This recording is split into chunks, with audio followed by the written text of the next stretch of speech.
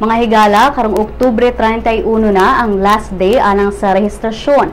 Kung wala pa kakalihok sa imong registration, ani ay angayang hinumduman sa dili pa kamo adto sa COMELEC. Atong sayran sa report ni Crystal Clemente. First-time voter ba ka o magparehistro pa o registered voter na apan wala pa ka-update sa imong biometrics data? Ayaw na pagdugay o bisitahan na ang COMELEC hilabi na nga nagkaduol na ta sa deadline sa registration.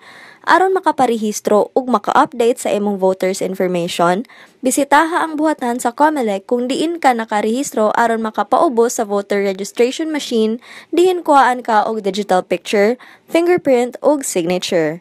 Matod sa COMELEC nga kung wala ka makapa-validate sa imong registration information, mamahimong ma-deactivate ka og dili na ka makabotar sa 2016 elections. Kung wala pa kakahibaw sa status sa imong registration, mahimo kang mobisita sa website sa COMELEC. Ang deadline sa registration karon ng October 31. Make your vote count. Crystal Clemente sa Sunstar, Pilipinas.